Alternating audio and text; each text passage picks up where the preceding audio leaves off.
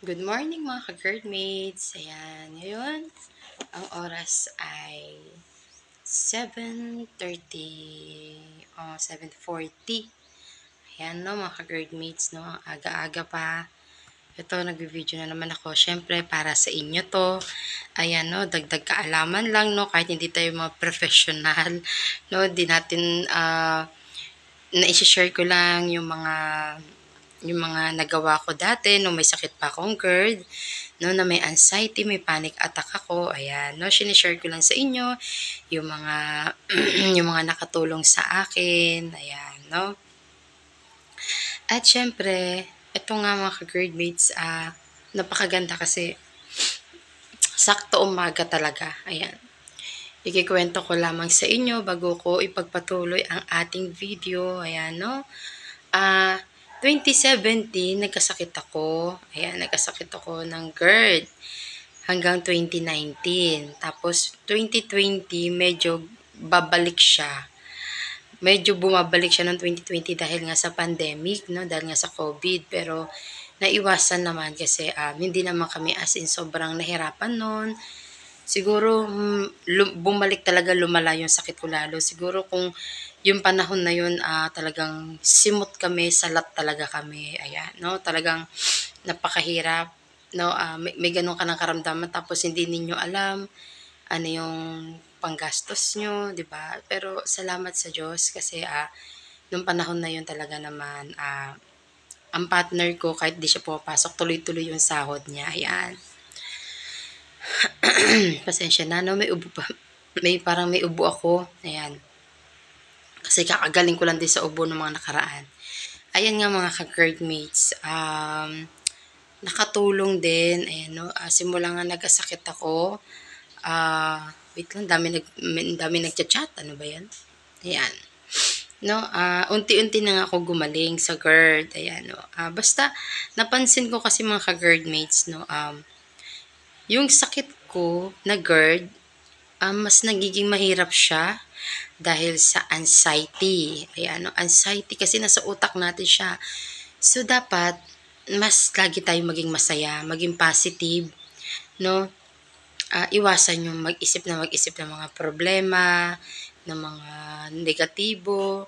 Iwasan sumama yung loob sa kapwa. Yan, no? Sa kapwa, ibig sabihin nun, sa lahat ng tao nakapaligid sa atin, puwera sa atin. Yan, kasi to hindi, sarili natin to, hindi natin tong kapwa. Ayan, no? Puwera sa sarili natin, lahat ng tao nakapaligid sa atin, maging anak, yan, asawa, kapatid, ayan. Iwasan natin magkaroon tayo ng sama ng loob kasi talagang pag sumama yung loob natin, grabe, dumedirect sa tiyan. No, na-stress tayo. So, kung nararamdaman nyo pag nai-stress, dumediretso sa tiyan yung pakiramdam natin, parang tumitigas, bumibigat tapos nahihirapan tayo huminga. Ayan. Kaya maidadagdag ko sa inyo mga ka-gerdmates, simula nga nagkasakit ako ng GERD, gusto ko na kagad magsimba. Simula nagkasakit ako ng GERD, hinanap ko yung Bible na luma na nakatago lang sa damitan ko, hinakap ko. Ayan, kasi alam nyo bakit? Alam natin na ang Diyos ang siyang makakapagligtas sa atin sa nararamdaman natin. Pero, nung malakas tayo, wala tayong pakialam sa salita ng Diyos. 'Di ba? Ang salita ng Diyos, yan po pala. Yan yung daan, yan yung magkakaroon ka ng relasyon sa Diyos kung patuloy kang nagbabasa ng salita ng Diyos, inaaral mo, at doon mo maririnig ang tinig ng Diyos sa tuwing magsasalita ka ng salita ng Diyos, Bible. Ayan, no? Ang Bible po pala, ang salita ng Diyos na nakasulat sa Bible ay kapangyarihan pala yan ng Diyos. Ayan. At ang Bible ay banal na libro. Ayan, pero ang Bible hindi po siya Diyos. Kumbaga, doon lang nakasulat ang salita ng Diyos sa banal na libro, sa Bible. Kaya yun mga ka-girlmates, no, nakatulong po sa akin. No, una, hindi ko naiintindihan ng Bible. Sobrang mahirap intindihin, pero sige lang. Kasama natin yung banal na espiritu na iniwan sa atin ni Jesus Christ. Yung banal na espiritu ang ating Diyos. No, ang ating Diyos, ang ating banal na espiritu yan. Bago bumalik si Jesus Christ sa langit, iniwan nga po niya ang Banal na Espiritu. Ayan sa atin, no? Ang Banal na Espiritu ng Diyos. Ang Banal na Espiritu niya. Yan, ni Jesus Christ, ng ating Panginoon, ng ating Diyos. Ayan. Ngayon, ayun na. So, 1 week, pagkadating ng linggo, sabi ko magsisimba na ako. Chinat ko pa nga yung pastor simula inatake ako ng GERD. Sabi ko, Pastor, pag-pray niyo po ako, magsisimba na ako, ayoko pa pong mamatay. Ganun ang sabi ko. Kaya yun, no? Pagkadating ng linggo, kasama ko pamilya ko, 4 kami, nagsimba kami.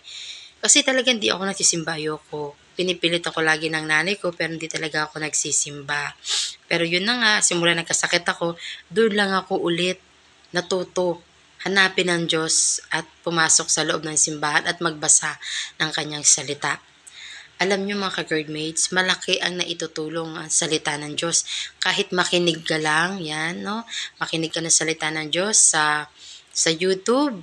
Ayan, no, sa YouTube, ayan, no, may mga preacher dyan, no? Pakinggan mo yung salita ng Diyos kasi maririnig mo yung mga pangako ng Diyos na hindi ka niya iiwan, no? Nababalisa ka, yung anxiety, ando doon kasama lahat. Kung ano hahanapin mo, nasa Bible na.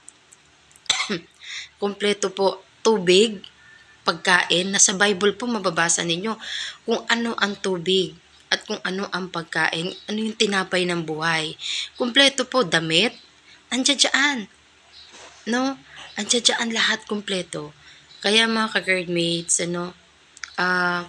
sa una, mahirap po basahin ang Bible, pero manalangin ka sa Banal na Espiritu, sa Diyos, nabigyan ka pang unawa na maintindihan mo ang salita ng Diyos. Ayan, maintindihan mo ang salita ng Diyos, no, ka-GERD-mates, no? At syempre, na mas maganda doon na pag sinimulan mo magbasa ng salita ng Diyos, kailangan magsimba ka muna. Kasi po, itinuturo dyan yung mga hindi mo nalalaman, no, na ipapaliwanag. Pagkatapos, maraming mga tao sa loob ng simbahan ang pwedeng magturo sa iyo, ipaunawa sa iyo ang nilalaman ng salita ng Diyos. Pero po, hindi po lahat ng simbahan itinuturo ang salita ng Diyos. Binabasa lang, parang kinikwento, pero hindi na ipapaliwanag. At hindi kayo papahawakin ng Bible.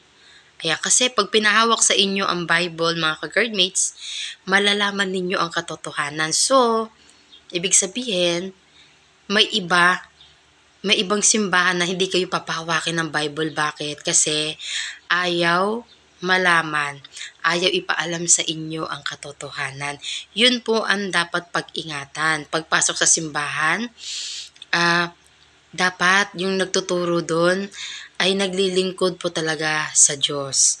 Ipagpipray ka, may sakit ka, tutulungan ka, yan, mabigat ang kalooban mo, tutulungan ka na mas maging malalim pa ang pananampalataya mo sa Diyos.